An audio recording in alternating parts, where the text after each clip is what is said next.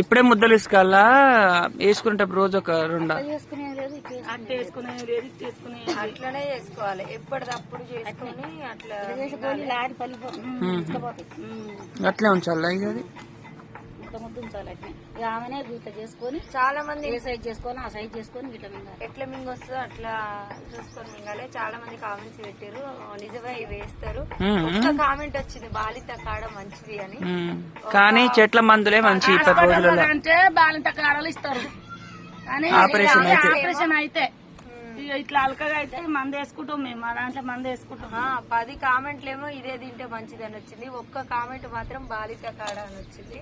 అయితే దీన్ని బట్టి చూస్తే ఇదే మంచిది అన్నమాట, ఆరోగ్యానికి మంచిది అని చెప్తున్నారు.